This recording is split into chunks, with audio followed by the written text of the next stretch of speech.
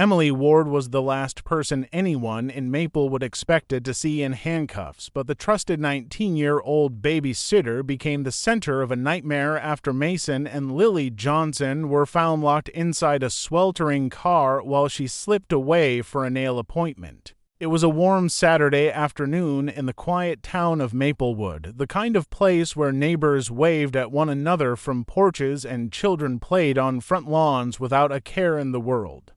Late spring had brought a golden glow to the trees, and the air carried the soft scent of blooming lilacs. Families bustled through their weekend routines, mowing lawns, shopping for groceries, or enjoying iced drinks on patios. To most people, it felt like just another peaceful day. For the Johnson family, it was supposed to be a simple evening away from home. They had a charity dinner to attend, something they had planned for weeks, and they needed a reliable babysitter to watch their 2 young children. Emily Ward seemed like the perfect choice. At 19, she had built a reputation as the go-to sitter for several families in the neighborhood. Parents admired her polite manners and warm smile, and kids liked her cheerful energy. She lived only a few streets away and often posted photos of crafts and games she did with other children. Social media showed a young woman with clean habits and a bright future, a community college student saving up for her own apartment. Nothing about Emily suggested risk or recklessness. When Mrs. Johnson called to confirm her availability, Emily agreed without hesitation, happy to earn extra money for the weekend. By late afternoon, the Johnsons' tidy blue house was ready for her arrival. Toys were neatly stacked in a corner of the living room. A list of emergency numbers was pinned to the fridge, and a small envelope of cash sat on the counter for her payment. 4-year-old Lily and 6-year-old Mason were already excited, chattering about the games they wanted to play and the snacks they hoped to convince her to bring out. Their parents gave last-minute reminders about bedtime and allergies, the way parents always do before checking their watches and glancing toward the door. Emily arrived right on schedule, her silver sedan pulling smoothly into the driveway. She wore a light summer dress and sneakers, her brown hair tied back in a tidy ponytail. She greeted the Johnsons with her usual brightness, flashing the easy confidence of someone who had done this many times before. The children squealed with excitement, tugging her toward the playroom before their parents even left. Everything about the moment felt ordinary, almost comforting in its predictability. As the Johnsons backed their car out of the driveway, they waved and trusted that their little ones were in good hands. From the sidewalk, Emily looked like any responsible young adult earning a few dollars on a weekend. She waved back, smiling easily, her posture relaxed as the family car disappeared down the street. Inside the house, the late afternoon light spilled across the carpet and the sound of laughter floated through the open windows. No one could have guessed that within hours, the same friendly babysitter would make a choice that would rattle the entire neighborhood and leave everyone questioning how well they really knew her. After the Johnsons left for their dinner, the first hour passed without incident. Emily settled easily into her role, helping Mason build a tower of wooden blocks while Lily colored at the kitchen table. The house smelled faintly of popcorn from the snack she prepared, and the children's giggles echoed through the rooms. Emily checked her phone every few minutes, scrolling through social media and liking posts from her friends.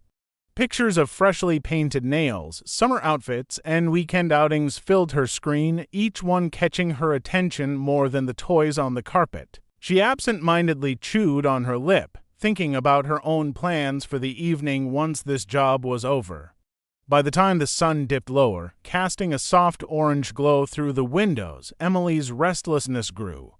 She thought about a nail appointment she had seen advertised on her favorite salon page earlier that day. They were running a last-minute special for walk-ins half-off gel manicures.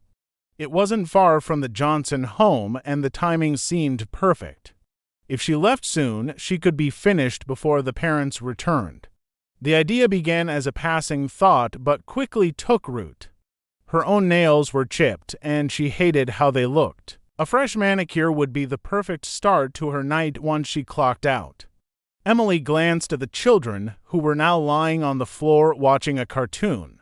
They were calm and content, yawning occasionally as bedtime approached. She weighed her options. Leaving them home alone was obviously out of the question, but what if she took them with her? It would only take a few minutes, she reasoned. The salon wasn't crowded on Saturday evenings, and she could be in and out before anyone even noticed they were gone. She pictured herself walking back into the Johnson house with perfectly polished nails, still on time, still responsible in the parents' eyes. The temptation was too strong to resist. She grabbed their shoes and helped them into the car with the easy authority of someone who had driven kids around many times before. Mason asked where they were going, his eyes lighting up as if expecting a surprise treat. Emily simply told them it was a short trip, nothing to worry about. She buckled their seatbelts and double-checked that they were secure before starting her silver sedan. The engine hummed softly as she backed out of the driveway, the familiar neighborhood streets glowing in the fading light. The drive to the salon was uneventful, just 10 minutes of smooth roads and quiet chatter from the backseat. Lily pointed out a playground they sometimes visited with their parents, and Mason pressed his face to the window, spotting familiar landmarks. Neither child suspected anything unusual.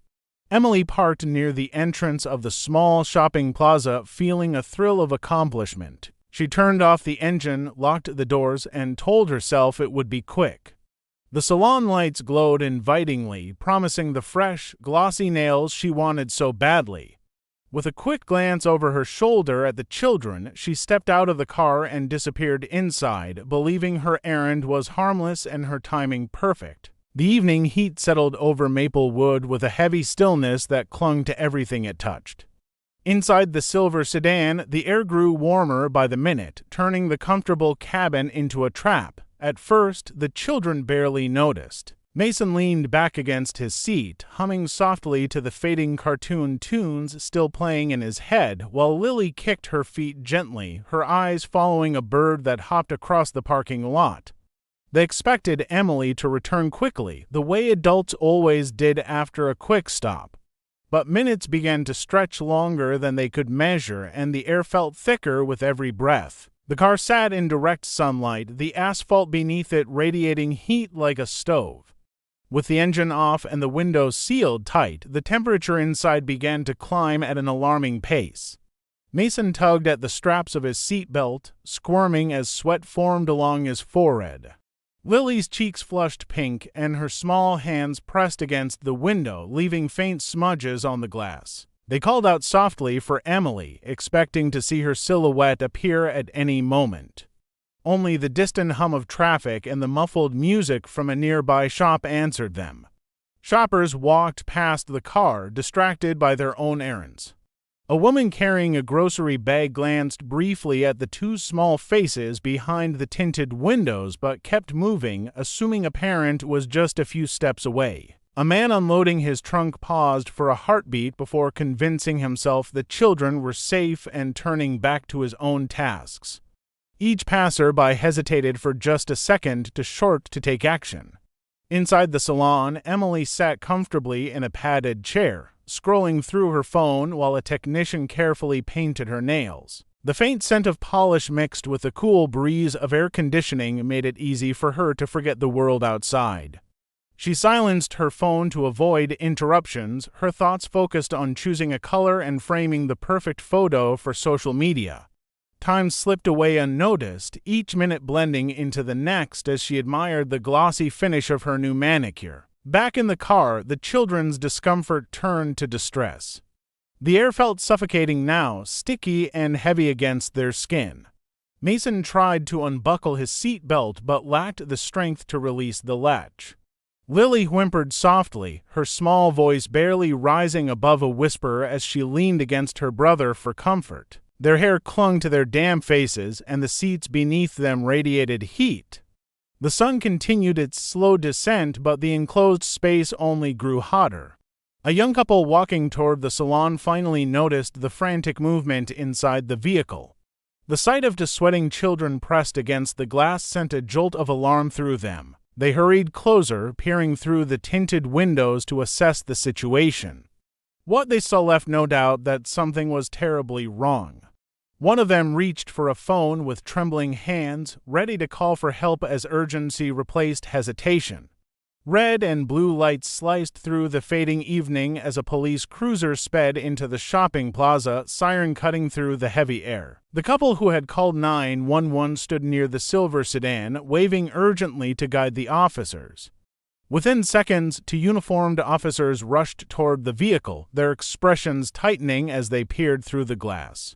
Inside, Mason and Lily were slumped in their seats, their flushed faces streaked with sweat, their movements weak but frantic. The interior of the car looked like a sealed furnace, and every second counted. One officer tried the doors, but they were locked tight. The other radioed for paramedics while pulling a tool from his belt. With a sharp swing, he struck the rear window. The tempered glass cracked, then shattered under a second hit, releasing a rush of stifling air that carried the sharp scent of overheated plastic. Carefully, the officers reached inside, unlocking the doors and lifting the children out. Mason whimpered softly, while Lily's small chest rose and fell with rapid breaths. Their skin was hot to the touch, their clothes damp from sweat. Paramedics arrived almost immediately, carrying cool packs and medical equipment. They moved with brisk precision, laying the children on stretchers and checking their vital signs. Bottles of cold water were pressed to tiny lips as the first officer reported the scene to dispatch. Curious shoppers gathered at a cautious distance, whispering among themselves as they watched the dramatic rescue unfold. A few people covered their mouths in shock, others shook their heads in disbelief. As the paramedics worked, attention turned toward the nail salon. A manager stepped outside, nervously scanning the parking lot as the commotion grew. Moments later, Emily emerged from the bright interior, holding her purse and a fresh receipt. Her pace slowed as she spotted the flashing lights and the growing crowd around her car. At first, confusion flickered across her face, but it quickly shifted to alarm as she realized what was happening. She hurried forward, her voice rising in protest as officers turned toward her. Witnesses watched as her expression wavered between surprise and panic. She insisted she had only been gone a few minutes, claiming she left the windows cracked and expected to be right back. But the officers, already holding the salon's receipt, knew the timeline didn't match her story. The printed timestamp revealed she had been inside for nearly an hour, far longer than the quick errand she described. One officer stepped aside to take her identification, while another continued to question her about the details of the evening. Emily's answers were shaky, each explanation more uncertain than the last. The crowd around them remained silent, the weight of what had nearly happened settling like a heavy blanket over the parking lot. The Johnson children were safe for the moment, but the gravity of the babysitter's choices was only beginning to unfold as the flashing lights painted the scene in harsh, undeniable color. The hours that followed turned the quiet shopping plaza into a scene of relentless investigation. While the children were transported to the hospital for observation, officers secured the area and began piecing together the timeline of events. Surveillance cameras mounted above the salon entrance captured everything in crisp detail. Emily's car pulling into the lot at 6:17 p.m. The doors locking as she walked away and the nearly 59 long minutes that passed before she returned. Footage showed her pausing to check her reflection in the salon's glass door before stepping inside, her phone in hand, completely unaware of the danger building outside. Inside the emergency room, doctors confirmed that Mason and Lily were suffering from heat exhaustion but would recover fully with rest and fluids. Their small bodies had been pushed dangerously close to the limits of safety. Paramedics exchanged worried glances, quietly acknowledging that a few more minutes could have turned the rescue into a tragedy. Hospital staff contacted the Johnson parents, who raced back from their dinner in a state of panic, hearts pounding as they imagined what might have happened. When they arrived, their relief at seeing their children alive mixed with a rising fury that left them trembling. Back at the plaza, Emily sat in the back of a patrol car, her freshly painted nails a stark contrast to the grim expressions around her. She scrolled nervously through her phone until an officer removed it, citing the need to preserve evidence. Investigators reviewed her call history and social media activity, uncovering a stream of photos and updates she had posted while the children struggled inside the sweltering car. A picture of her new manicure, captioned with a playful emoji, had been uploaded only 20 minutes before the rescue. The post, meant to impress her friends, now stood as a silent record of misplaced priorities. Neighbors who had once praised Emily's reliability were stunned as news spread. Parents in Maplewood shared messages of disbelief and anger, questioning how someone so trusted could act with such carelessness. Old babysitting references surfaced online, with former clients expressing shock that the cheerful young woman they remembered was now at the center of a criminal investigation. The Johnsons, still reeling from the night's events, requested privacy as they stayed by their children's hospital beds. Police charged Emily with 2 counts of child endangerment and reckless conduct. Her calm exterior cracked as the reality of the charges sank in. She was released later that night on bail, but the weight of public outrage followed her home. Local news stations aired footage of the rescue, replaying the scene of officers smashing the car window and carrying the children to safety. Each broadcast fueled the community's anger, turning a once familiar face into a cautionary headline. By morning, Maplewood's sense of trust had shifted. Parents who once left their children in the care of neighborhood sitters now double-checked every detail, questioning even the most reliable references. What began as a routine Saturday job had spiraled into a defining moment for the town, a story that would linger long after the flashing lights faded and the nail polish dried.